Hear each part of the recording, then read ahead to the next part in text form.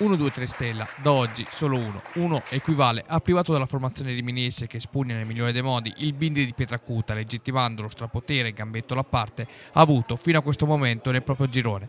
Per mister Boldrini è una vittoria che lo riempie d'orgoglio.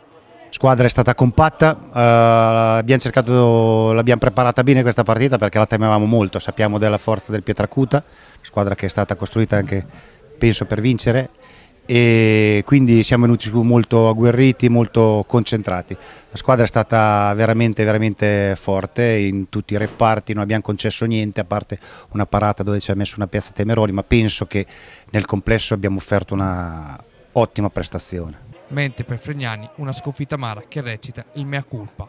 Oggi non c'eravamo né nel primo né secondo tempo, loro erano chiusi dietro, giustamente ci lasciavano giocare fino a metà campo e poi ci pressavano in ogni cosa, era difficile trovare gli spazi, eravamo equilibrati ma credo che abbiamo tirato solo un paio di volte da lontano, quindi dobbiamo fare il nostro mea culpa e ripartire per fare sicuramente molto ma molto meglio di quello che abbiamo fatto oggi.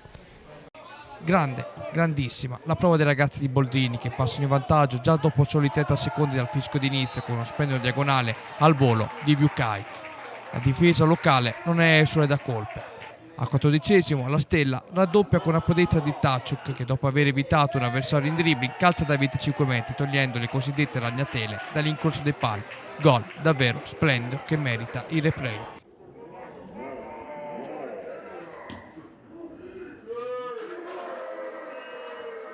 Al 33esimo, segnale di risveglio dei locali, Tazibayev si inserisce tra due difensori e dal fondo cerca un compagno. La respinta dalla difesa arriva a Giannini, il cui tiro è neutralizzato nel migliore dei modi dall'attento ex portiere di Serie B, Temeroli, puntuale anche al 36esimo nell'uscita di disturbo su Luca Grossi. Proprio dall'ex portiere del Rimini in Serie B nasce anche il fortino della sicurezza difensiva della squadra ospite. Nella ripresa allora Fregnani prova ad aumentare il peso offensivo della propria squadra, inserendo Stella che al 60esimo viene servito da Luca Grossi, ma l'arbitro lo ferma sul più bello quando tu per tu con Temeroli viene fischiato un fuorigioco. Al 74esimo Baschetti pennella un calcio piazzato sulla testa di Francesco Colonna, ma il suo tentativo termina alto.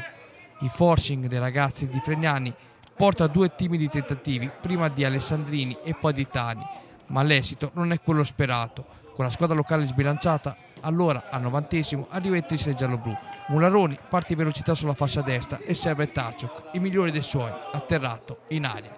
Dal dischetto Fattori supera per la terza volta il portiere di casa Canini. Per i ragazzi di Boldrini un'altra domenica da incorniciare in un campionato sicuramente entusiasmante. Il Pietracuta nella ripresa ha avuto una reazione d'orgoglio, ma ha faticato a costruire il gioco, affidandosi soprattutto a lanci lunghi che hanno sempre trovato pronti i difensori ospiti e quando non arrivavano i difensori a chiudere la porta ci ha pensato ottimamente l'esperto Temeroli.